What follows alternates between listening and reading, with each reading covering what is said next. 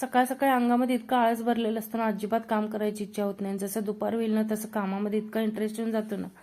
तर सकाळी तनिषच्या डब्यामध्ये ना पुरी आणि बटाटो फ्राय करून दिलेली होती. शेपूची भाजी करायची होती दुपारच्या वेळेला. म्हटलं चला ते पण नीट करून स्वच्छ धुवून ठेवूया. दुपारच्या जेवणामध्ये चपाती आणि शेपूची भाजीच बनवली होती, कारण तनिषचे पप्पा नाहीत त्यामुळे मी भात वगैरे काही बनवलंच नव्हता.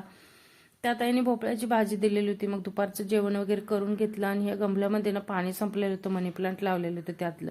म्हटलं पाणी चेंज करून घेऊया. त्याच्याबरोबरच ना मग त्याची पानं वगैरे सगळी धुवून घेतली. धूळ पडल्यानंतर ना थोडंसं मग पांढरट पांढरट दिसतं. तरी बांबू प्लांट पण ना छान असं फुटालेला होता. का काय माहिती, पाण्यामध्ये ठेवल्यानंतर इतकं छान रूट्स येतात, पण मातीमध्ये तेच आलेले रूट्स आहेत ना ते मातीमध्ये रुतवल्यानंतर अजिबात काही लागूच होत नाहीत. त्याच्यानंतर ना कपडे वगैरे पण भरपूर अशी फोल्ड करायची होती. ऊन पडते त्यामुळे पटकन सुकून जातात कपडे. कपडे फोल्ड करून ठेवले आणि मग नंतर एक ना मशीन लावायची होती मला. सकाळीच मी एक सोफा कव्हर वगैरे गरम पाण्यामध्ये भिजत घातला होता, म्हणून म्हटलं चला बेडशीट पण काढून घेऊया. त्याच्यानंतर त्यांची शाळेची कपडे पण होती, कॉलर वगैरे घासून मग परत मला मशीनला लावावं लागतं.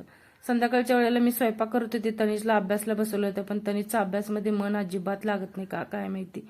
मस्त असं चकोले बनवले होते. तर कसा वाटला तुम्हाला माझा छोटासा मिनी ब्लॉग? आवडला असेल तर लाईक, शेअर आणि सबस्क्राईब करायला विसरू नका.